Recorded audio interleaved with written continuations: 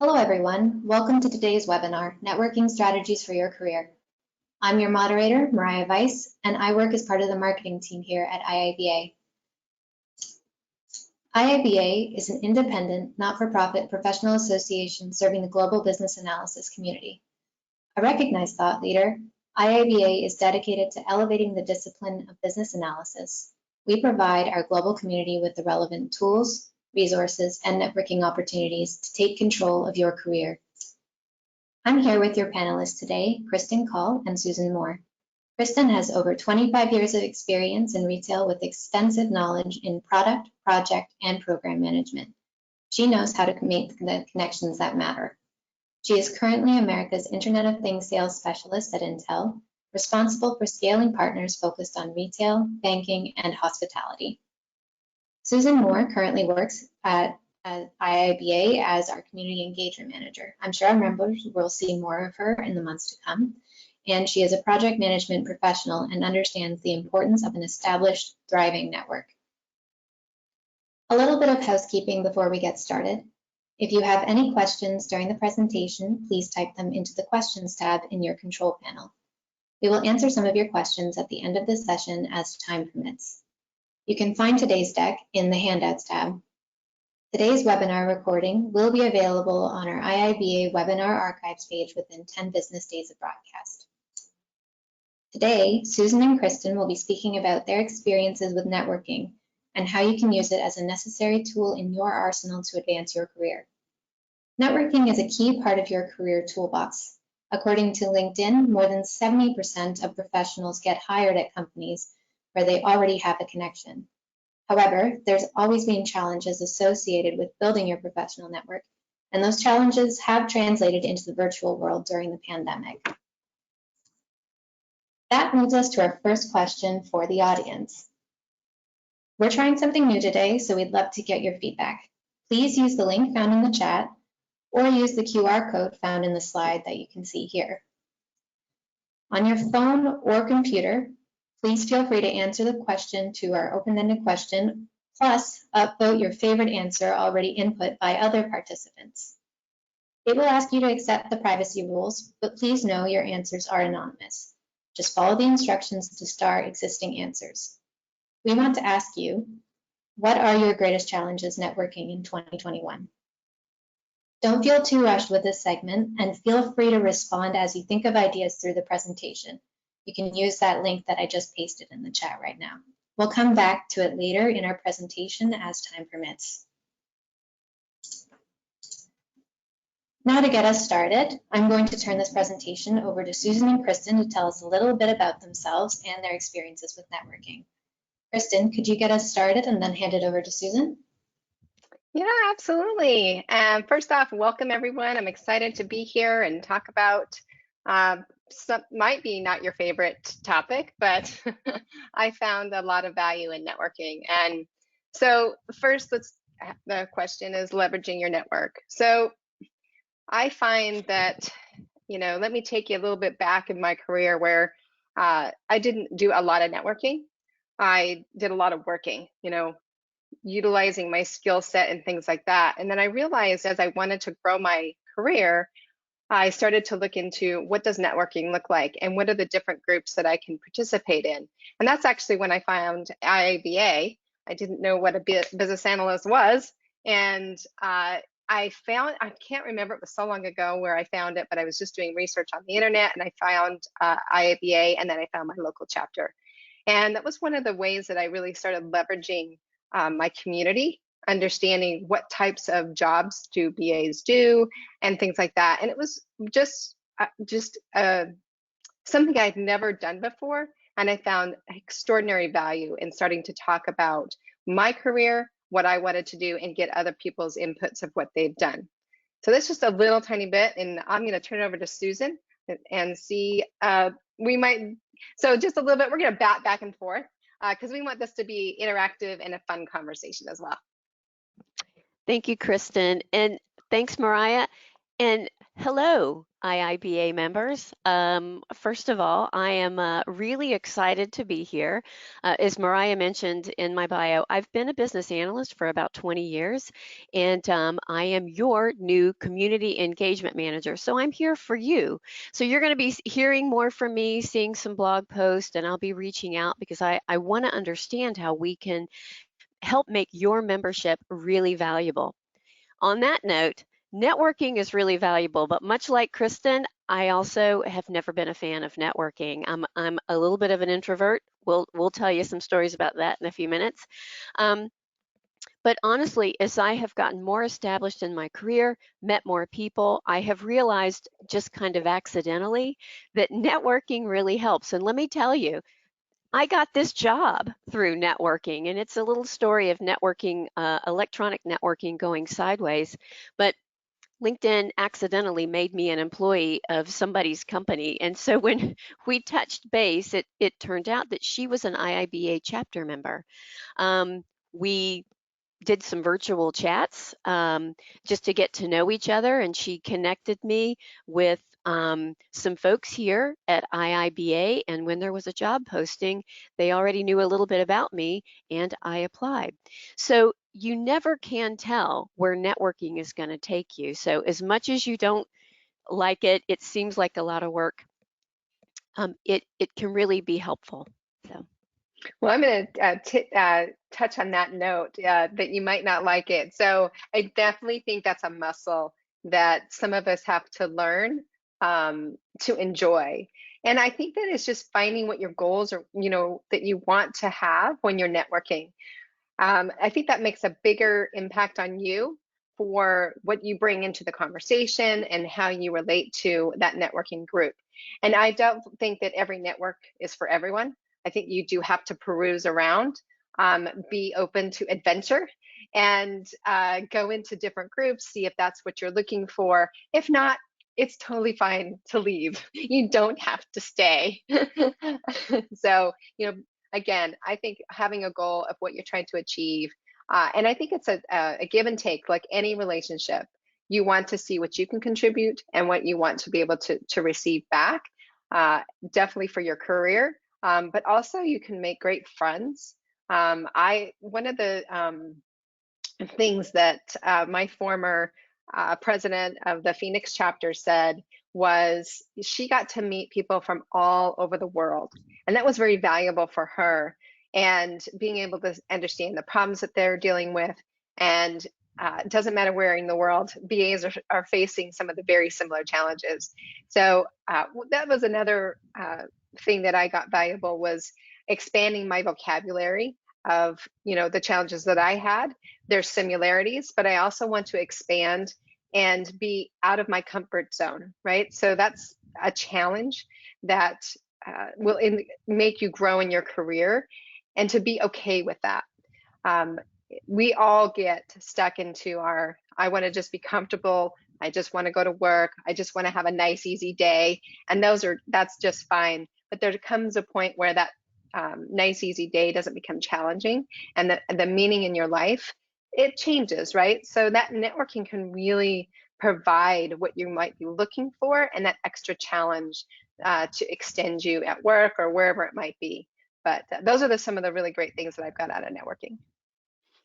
Kristen, as you were talking about that, I was thinking, we should apply a BA mindset to this, right? As you were describing your approach, I was thinking, first we've got to think about our problem to solve, right? So if I need to network, let's tackle it that way. What's the problem I'm trying to solve with my career?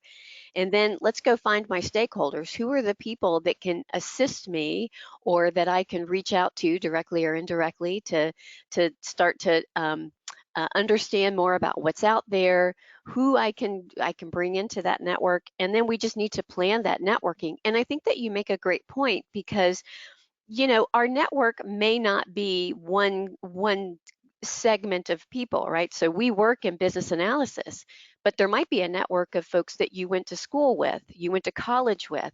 Maybe there's an alumni chapter that you can connect with. Maybe there are other kinds of groups that you volunteer for, or that you do outside. Again, you never know where networking can take you. So be open to networking in different ways with different groups of people. And honestly, electronic networking, so doing things through a platform like LinkedIn, can make things easier. Why? Well, first of all, you can search for them, right? It's harder to search for real people in real life, but you can do that on LinkedIn.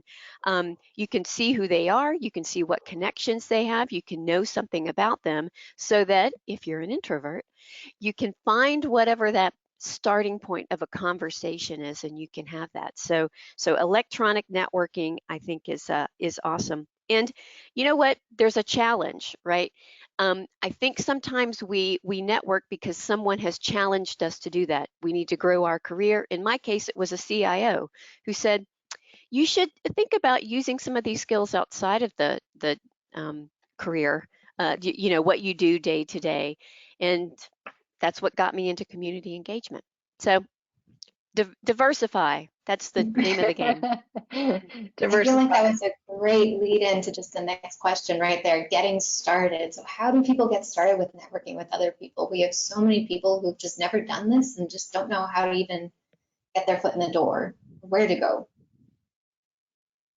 Well, if you don't have a lot of friends, I'm not like I didn't know a lot of people in the BA community when I first started, so I had to leap by myself. But if you have a friend, take one with you. So that's always a good way to get started.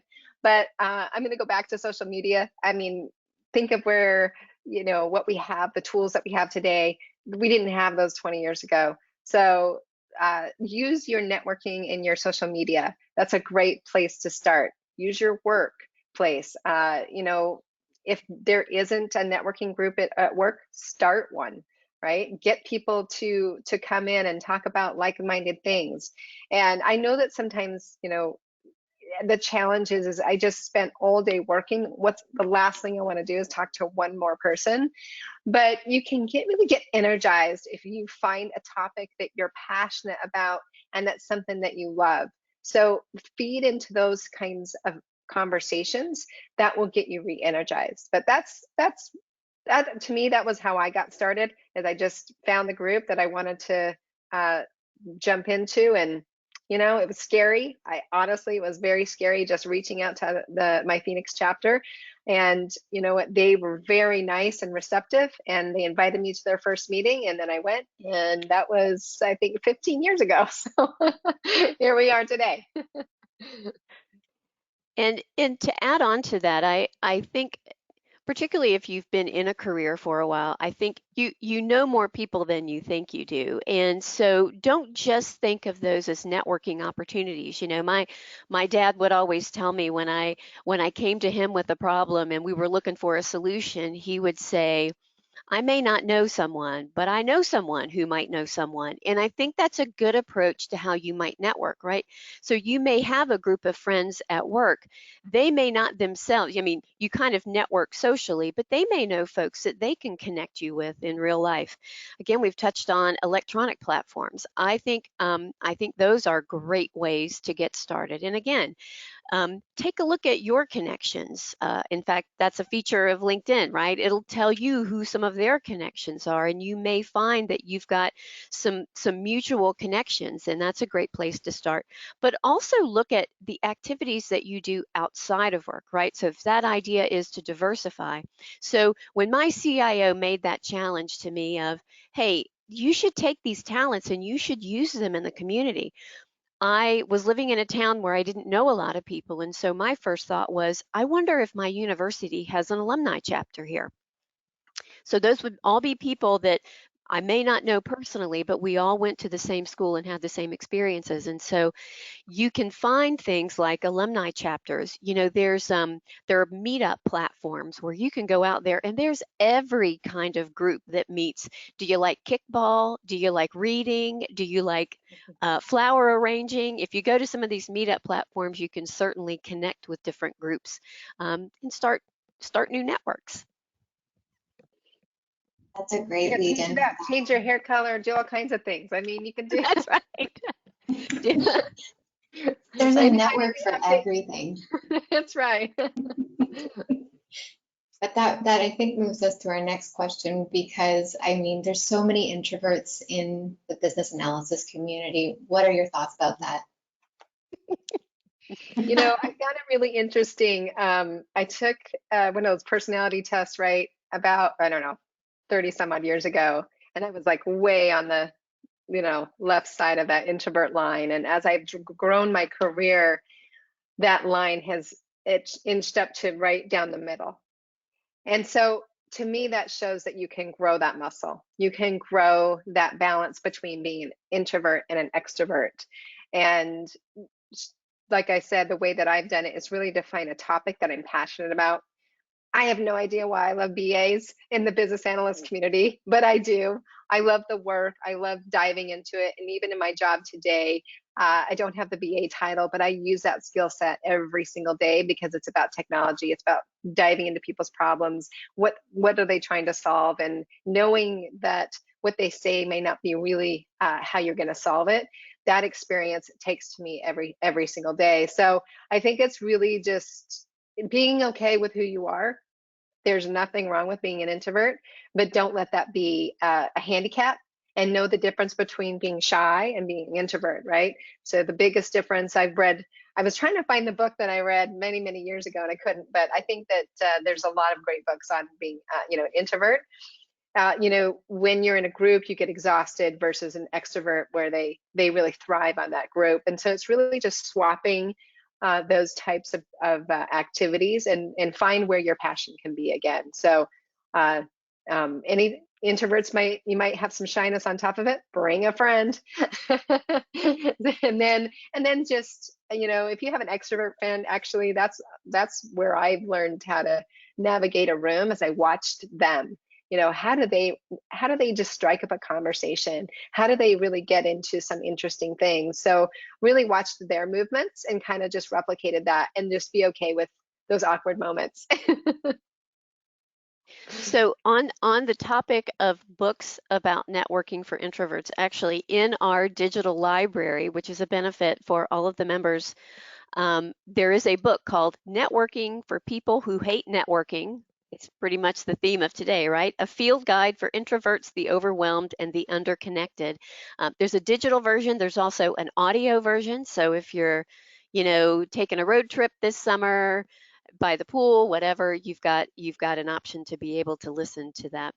Um, I was thinking about, because I too was really shy when I was a kid, and I remember my parents really wanting me to get out there, and so I took up that challenge, and so I was through high school and college a waitress.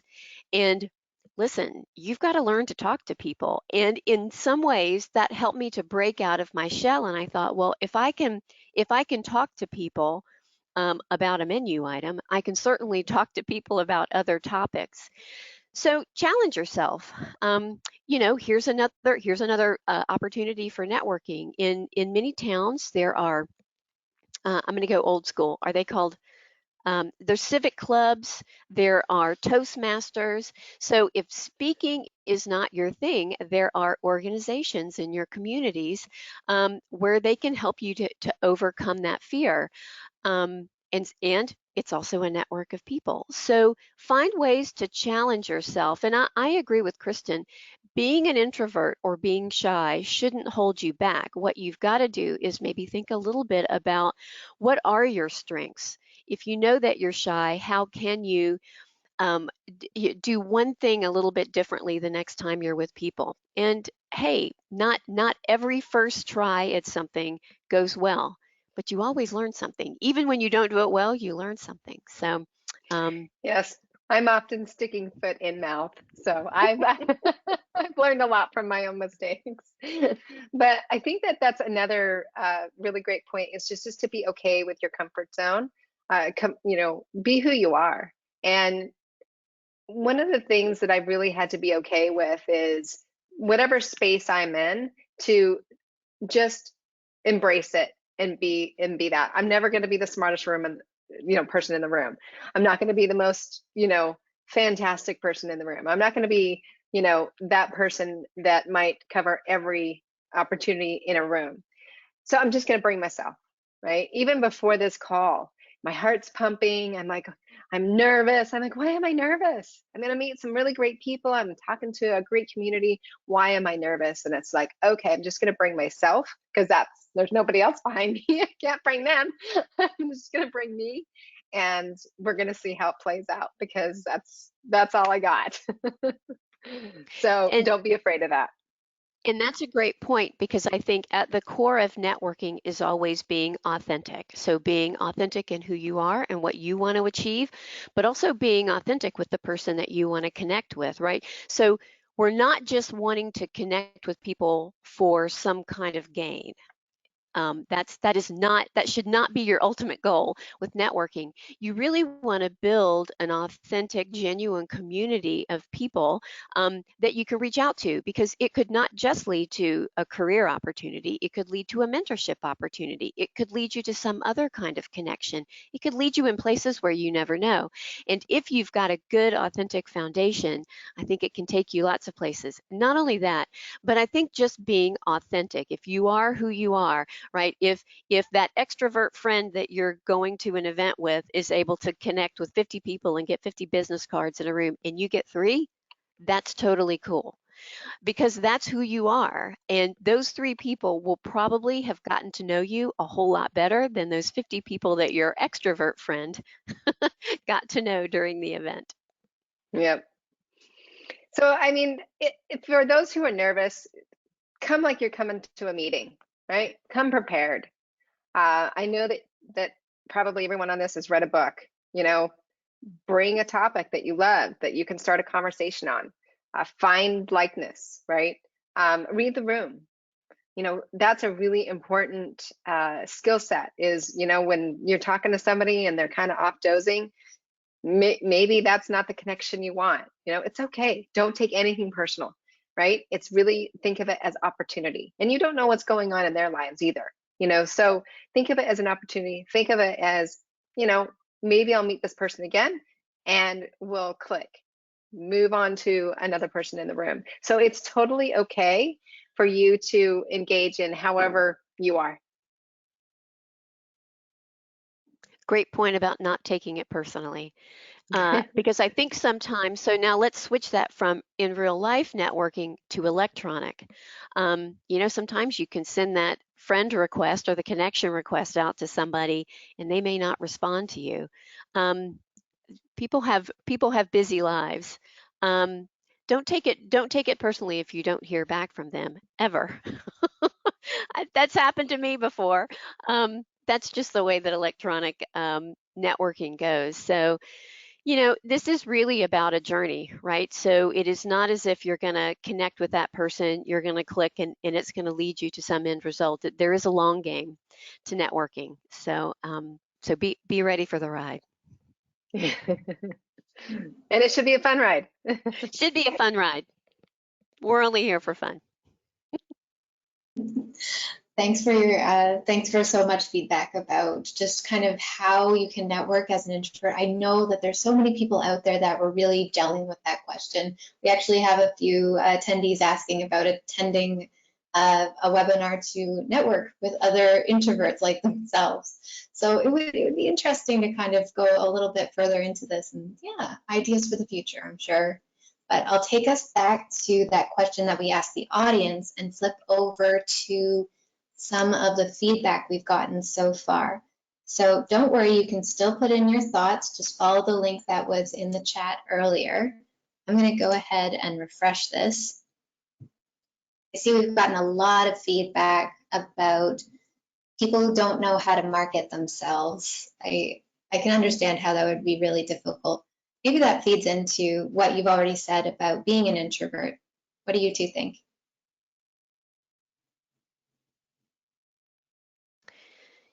So on this one, I'm thinking about, that concept of personal branding. I'm a little on the fence about how I feel about that, only because my sense is that personal branding, usually we're looking for some kind of monetization outcome. So let's put it in the context of I want to have a virtual presence, right? Just in case I'm not meeting these folks in real life. And so I think that there are ways that you can do that genuinely. So if you're online, I think it's about being prepared. I think that's a number one great tip, Kristen, is always being prepared, right? Because we want to be able to look like we've got it together. We're someone that you want to network with. Gosh, other ways that we can market ourselves. Kristen, what do you think? I think Yeah, that's a great one, it's by a the way. great question, and it can be, you know, ask other people, what do you think of me? You know, what do you want people to think of you? And I think every day we're marketing ourselves. And I can say unfortunate or not, but it's just kind of, you know, people are going to think of you in particular ways. And if you want to change that thought, then you have to change a behavior. And so be open to criticism, be open to feedback. And sometimes that can be really scary and really hard because it's like, oh, I've done something wrong or whatever it might be for you. But, you know, take the time to meet with your manager, take the time to ask other people what they think of you and see what your image is.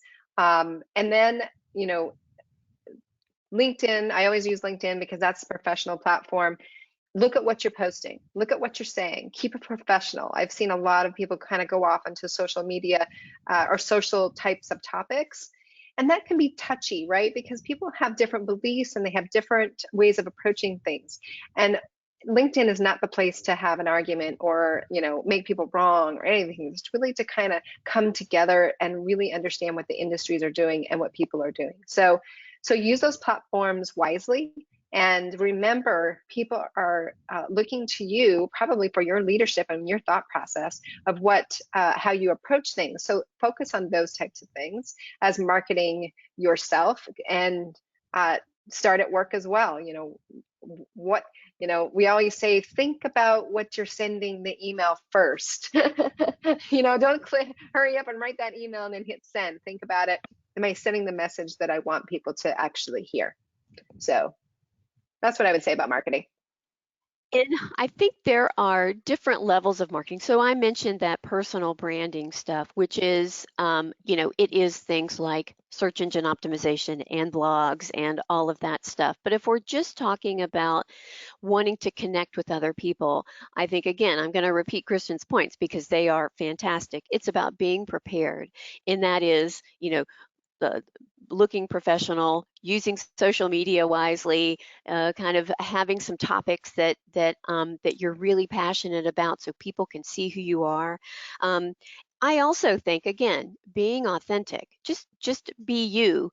But maybe use some of that feedback. If there are areas where you need some development, I think being approachable is another way that you can market yourself. Be somebody that somebody wants to connect with, and to that extent, being coachable. Because hey, look, we're all a little rough around the edges when we get started in networking or when we get started in our careers. I think being coachable is just a great piece of advice for your whole life, because if you can take in feedback and incorporate it, I think it allows you to perform at a higher and higher level. So, I think I think those are some ideas about marketing, and I do think that's probably where people feel like they've got to do something outlandish in order to get attention. And I don't think you have to do that. I'm going to move on to being remote and working from home question. So I know that this last year has probably provided some challenges for folks, but I think that for me, it actually provided a lot of opportunities to reach out to more people. So I was the president for our local Phoenix chapter here of IIBA, and we moved everything online. And to me, it was actually a breath of fresh air because I had to travel about an hour to get to our meeting location, and because Phoenix is a very large place and we were trying to cover the entire Phoenix Valley. And so that was very challenging. And when we moved everything to online, I was able to reach out to more people. We actually reached out to our Sacramento chapters and other chapters that were struggling with either getting membership or just getting people to be involved. And so we were able to do a lot more, and we actually had other people, so I'm looking down there, other people from other chapters join our calls. So we started to build our community, and I think that allows us to evolve, to think of chapters differently, and how we can really help each other grow the community. It's not about just one little chapter, it's about the entire IIBA community. So to me, it was really awesome. And I got to actually attend the first BBC event. I had not been able to go, and I was able to go online, and it was amazing. I got to meet some really great people, and it was exhausting. I did a review of it, and I did a little video of it speeding through the entire thing, so people could kind of feel how how fast it was and all of that. So, but it gave me some opportunities to do things that I didn't normally have. The pandemic has definitely opened the door to more kinds of virtual networking. And my guess is, because many of us were taking advantage of those events that were online, you guys were probably networking. You probably, as you were going to some of these virtual events, probably added some folks to your LinkedIn, maybe your other social media like your Twitter. So you probably were doing it and weren't really thinking much about it. How about that? But I want to tell you something else, because we were talking about the chapter events going virtual, and I think all of the chapters who are doing events, they did move them to a virtual platform. And let me tell you something else. We have just recently done harmonization. You might have seen some emails about that. One of the benefits that you guys now get is that you can attend any of these virtual events that the chapters are holding at any time. So you may have been assigned to a chapter, or you may have already been part of a chapter. You can go out to our events calendar and you can participate in any of those. There's no extra cost. There's no extra cost for you to be in a chapter if you haven't previously been part of one. And again, it'll give you an opportunity to network with people, and that's part of your membership today. No extra cost. Yep. So if it's conducive to your time zone, I know that sometimes that's always a challenge. Please join another chapter. Plug for my chapter. I'm actually going to be speaking on August 10th. We're going to do a virtual Fun Connect. The theme is elevate each other. So if you want to join, come on, join us and to have fun. So let's look. What's the next question? Look for that event. Yeah, I'll go ahead and swap us back over to our slideshow over here. But don't worry, if we have time, we can come back to our questions box as well as that exchange too. But I'll move us back to the structured ones. Now, changing roles. What if you want to find a new job? How do you effectively network to change that job or your career even? Yeah, so my career has evolved tremendously from a business analyst to I'm in sales. I don't really do sales at Intel. We're more of that consulting role. So I still live in the world of technology and all of the things that come with that. And that, networking inside my organization really has helped a lot in expanding my abilities to find new jobs, but also just who you are in your presence. That's reflected in the different networking opportunities that you have and things that you get to say that you've done, right? So we all know resume building is super important. So, when I look at a person's resume, I want to know what are they doing to grow themselves. If you've been in the same job for 25 years and never moved, and not same company, but same job, I'm going to really ask, what are you doing because sometimes that's not your fault, but what are you doing to expand your knowledge, right? Because technology is changing every single day. The world is changing every single day. If you're not on top of those things, you can't be the best that you can be at your job. So those are the things that I look at, and I challenge for myself. And it is a challenge, right? I mean, I have to find online classes. I have to find, things that I can learn. And where do you find the time to do this? I live and die by my calendar. It is I have to have it on my calendar. If it's not there, it doesn't exist. But that is a great way to start evolving and changing. You can network in a classroom, you can network again at work, but those are really the ways that I've expanded my job role.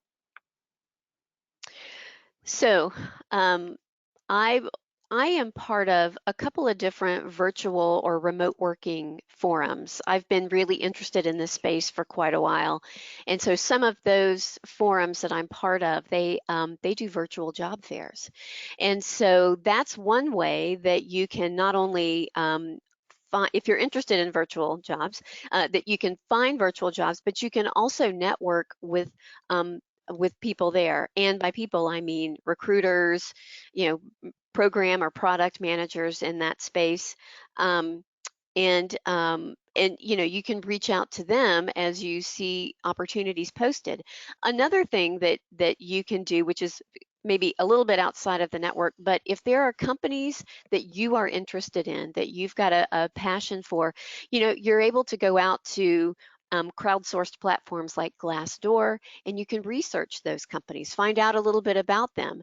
Some of those, if you use LinkedIn, you can maybe even find people in your network who are 1, 2, 3 many steps away from that, and you can start to reach out to them to ask questions about those companies. So, again, electronic networking, I think, makes this a lot easier. But there are other ways, and so I'm gonna pick up that theme about professional development. How can you use your networks for doing that?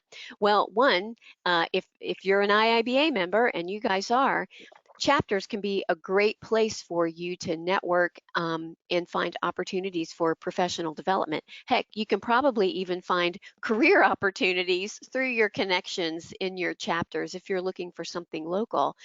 Chapters always have things going on like BA days or study groups and things like that. There's also lots of online resources through IIBA where you can understand your skill set and look to see where you are and where you want to go, and then you can reach out to lots of partners through IIBA to get those resources. Yeah, Susan, I'm going to hit on that point right there. We actually did an event where we took that evaluation criteria and we did a whole day of that. Well, not a whole day, but a couple hours, so people could take a look at that and evaluate themselves. And then we did a little speed dating, and we talked about where could I expand. So I mean, get creative, guys.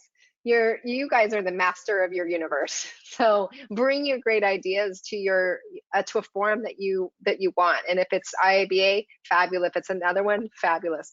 But you are a BA, and I know the skill set behind that. You love diving into the details, you love to solve problems, and just look at this as just another problem to solve. And how can you do it? And repeatable often has certain elements. It has to be engaging, it has to be fun, it has to be lively, it has to bring up some passion that you have. So bring all those ingredients, and don't be afraid. Jump right in and be part of your community. Thanks, One other everybody. thing. One last thought Go ahead. there. I was also thinking about some of our chapters also offer mentorship opportunities, another great way to connect, and it creates a longer term relationship, which you never know, could end up in a new career. Yeah, really looking for our next question. Mentorship. Oh, go. Yeah, there we go. Right into it. Perfect. It's like you knew. It's like I've seen this slide deck before. I didn't memorize it, so good job, Susan. Yeah, so touching on mentorship, the Phoenix chapter, we didn't have a formal program just because it was too hard to build a formal program, just because of the transient nature of some of people coming in and out of the program.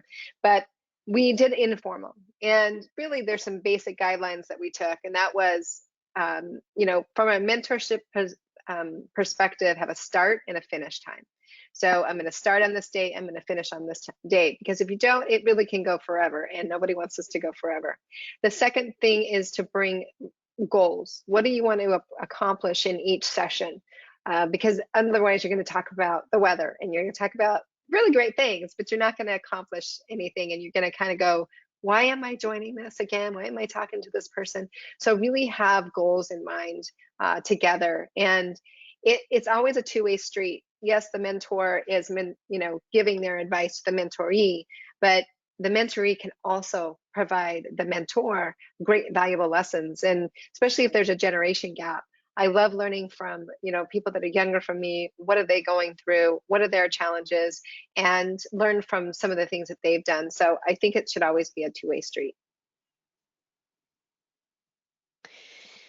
So that mentoring relationship goes both ways. So you may be the person that wants to be mentored, but you might also be at a place in your career where you want to take on somebody and mentor somebody. And so think about it that way, because I think that mentoring relationship, both sides win. The person who is receiving the mentoring and the person who is giving it. And I think being a mentor can not only make you feel good, but also I think it helps to build confidence in your skill set, in your knowledge. I think it can also just help you in other ways, to kind of to find your voice in your profession. So consider both sides of that relationship when you're mentoring. Thanks. I think those are all really good points about how it is that two-way street. You need to make sure that you're learning as a mentor and you have so much to learn as a mentee just getting started on this. I'll take us to our next question on events. So this is more about the attendee. So what are some innovative events specific to business analysis that you found particularly engaging for networking? Yeah, for me, we started about 3 years ago developing our business analyst development day. That was an amazing event. We were so nervous when we first started. We actually started about 9 months before, and we were all like, "Oh, we're not going to be prepared," and we really put our best foot forward. And I think we had over 70 attendees for our very first one in the Phoenix chapter. And it was amazing because we brought in people that didn't normally go. So those are where you can really you can network and learn at the same time. And it's exciting because it's just for BAs. It's not a mixture of a product, maybe a project management skill set, even though I encourage you to have those skill sets. But it was really focused on the BA. So those are some. The other one we did was we did a BA hackathon. I know we have hackathons for developers, but we've never done a BA hackathon. So I picked sustainability as the topic, and we had leaders from all of our community come in as panelists. And they shared what are some of the problems, what are they trying to overcome, and then the BAs got together. We put them all in little pods, and they went together and built out a business analyst workflow of how to. They picked an area and how to solve the problem, and then they presented it, and then the panelists voted, and we had winners. No losers. We just had winners. So, but it was a great way to engage in solving a problem in a different way, and around. Everyone came because they were like very passionate about sustainability in our environment, and we did a couple of different things around food and recycling. So it was a mixture of different types. So again, those are exciting. I like that idea of networking for social causes, because I think that's one of those areas where you don't necessarily have to take off your BA hat, but you can be passionate and authentic about helping people. For many people, that's a very easy conversation to have. So I love that idea of virtual social or service events. When I think about some events that for business analysts that I've seen be successful, I think about BBC. Not the part where everybody was speaking, because I was a speaker there, but just the platform. It gave us so many different ways to be able to connect with each other outside of those sessions. So there were forums where you could meet up with folks, and I think you could swap information. I think there was a treasure hunt. There might have been some trivia in there, which is always fun. And there were the opportunity to create meetups. So you could do a little one-on-one thing if there was like an expert that you were interested in talking with, or you could do a little bit of a bigger audience. I actually did a meetup after I spoke so that we could dive into just remote practices for productivity. So, in those ways, we were just different ways that we could just be social with each other. And I think that's what you want to look for in those kinds of events, something that gives you the opportunity to be social and to be yourself. Another place that I have seen which offers some interesting networking opportunities are the virtual job fairs. And I mentioned that I'm part of some remote working forums, and I find those are interesting, again, not just because you can connect with recruiters or business owners, but you can also connect with other folks who are looking for jobs. And they're not your competition necessarily, but they can often share their experiences. You can commiserate about the process and build additional connections. One other thing, because I think we have a question on this. So the question is, how do I network with people at my job? And I've been working remotely now for about 4 years. And one of the first places that I worked remotely, I just used to have like virtual lunches, one-on-one with folks, or maybe there would be a couple of us. I might not know them, but we've got something in common. We all work in the same company. And those little virtual lunches where we would literally eat lunch together, or virtual coffees or whatever, just gave us an opportunity to just be social and get to know each other. And so look for those opportunities. I've seen some other companies try different things, but those are two I've tried. Well, thanks for that. I think that gives everybody a good idea of what a good event looks like and kind of their opportunities with it as well. So kind of on a related note, I wanted to hone in on how do you go about planning a networking event? Yeah, so I'm going to tap into that BA event that we did.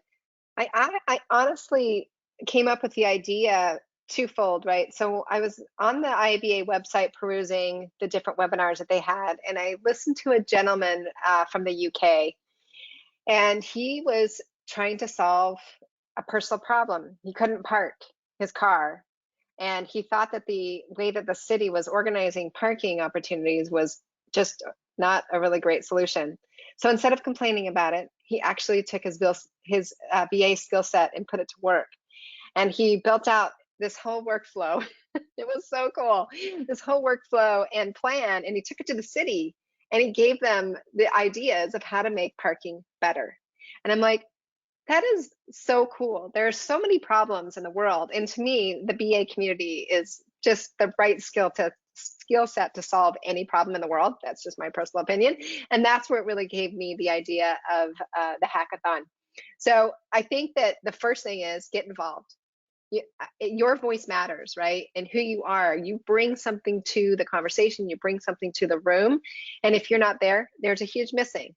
You're not there. So get involved. That's the first piece. And then share your experiences and then start collaborating. And that networking event can be amazing. And it doesn't matter if, one of the things I love about IIBA is just their help and making me feel okay when I said, well, I don't know who's going to show up. And they're like, hey, if 1 or 2 people show up, that's great, because you've impacted those 2 people. If 20 people show up, that's great. But just relish in the moment that you have an ability and an opportunity to impact the people that do show up. So not about how many people show up, it's about who shows up. I think that's a great point, because you can't always control things like what people are doing after hours, which is typically when you might hold some of these networking events. Some folks, just have after hours things. But I think what you can do is you can focus on the purpose. In addition to, what are the fun things that we're going to be able to do? I mean, you need that value statement. What's in it for you if you participate? And so, again, put your BA mindset, use that here as you're thinking about why you want to do it, who you're trying to bring in, and what you want them to get out of that event. I think those are some really good concepts just on how you can go about planning an event and just making sure that you have those pieces together. But I feel like I get the idea that you have to just do it. You have to try and see what works for you. And if you never try, it's never going to happen because you didn't even try to begin with. You miss 100% of the shots you don't take. So exactly, and that's kind of one of the things that we do in Agile, right? Is that we develop some experiments, we test it out, and if it doesn't work, next iteration we make some changes and we try it again. So yep, failure is you trying. Failure is you actually did something to try. It's not, we don't learn from our successes. I'm sure everyone has heard that, and we learn more from our failures. So embrace the fail. Embrace it. It's there to teach you what works, what doesn't work, and what you need to tweak. So, before we even get started on looking into the Q&A, I do want to share with the audience, just this is a word cloud from our thought exchange. So this is all based on your input for us on that question. So just seeing what your thoughts are and where your challenges are with networking. And really the biggest word right there is no. So you just don't even know where to get started on it. And it seems like that's kind of besides the point. It's not about knowing how to do it. It's about just doing it and getting started. If we knew everything, we'd have all problems solved. That's a great way to put it. Just BAs, just take off that I've got to know everything and know how to figure everything out. Just take that hat off and just think about how can I experiment and find what's right. Know that you'll figure it out when you get there. Well, I'll move us into our Q&A. So I'm just going to go through the questions box and find us some questions to answer. So right off the bat, during an online session, how do you know that you're not boring your audience in an online session? I have no idea because I can't see any of your faces. Yeah, and I hope that's not about us. I hope we're not boring you. I do think it's difficult when you don't have cameras on.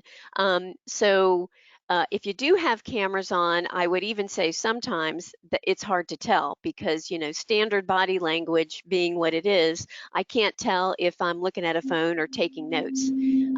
So I think what you have to do is to use questions. Ask for feedback along the way, just like you would do if you were facilitating a meeting. Call on people. I don't think I have a way to do that, but you wanna do shout outs to the group to make sure that they're with you, and know sometimes that silence is not necessarily a bad thing. So. Yeah, it is really hard online, and it's been one of the challenges that I've seen, especially with the different webinars, right? We've had, I had joined the webinars and people either show up or they don't show up, but it's recorded. So you don't know if it was because they weren't interested or if it was because they just didn't, have the time. So it's really hard to know. So you just have to just bring your best foot forward.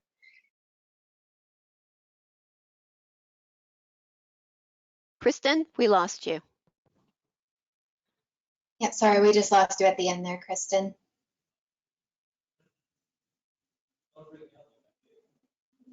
I think you're back. Mm-hmm, mm-hmm. Sorry, I lost you there for a second. Nope, you're all good now. You're all good.